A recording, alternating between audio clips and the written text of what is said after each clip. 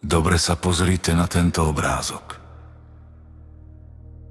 Prvá vec, ktorú na ňom uvidíte, nie je náhoda. Je to kľúč k vášmu podvedomiu, ktorý odhalí vašu skrytú silu. Čo to bolo u vás?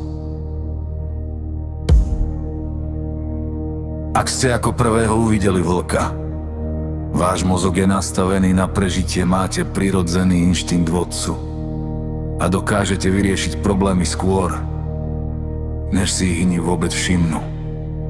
Ste skala, o ktorú sa ostatní opierajú.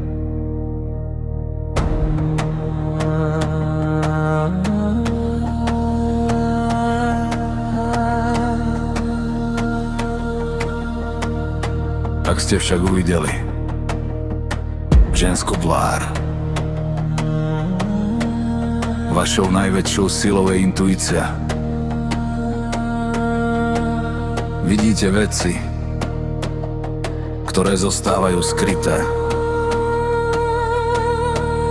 Dokážete čítať medzi riadkami a vo svete chaosu hľadáte hĺbší zmysel a harmóniu. Náš mozog si vyberá symboly podľa toho, čo v hĺbke duše práve prežívame. Schválne. Koho je tu dnes viac?